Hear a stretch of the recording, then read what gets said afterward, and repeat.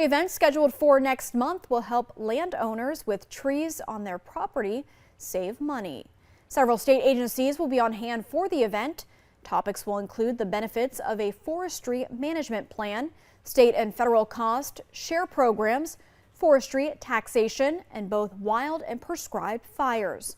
The Landowners Lunch and Learn will take place on Tuesday, February 7th. You can stop by the George Henry White Memorial Health and Education Center in Clarkton.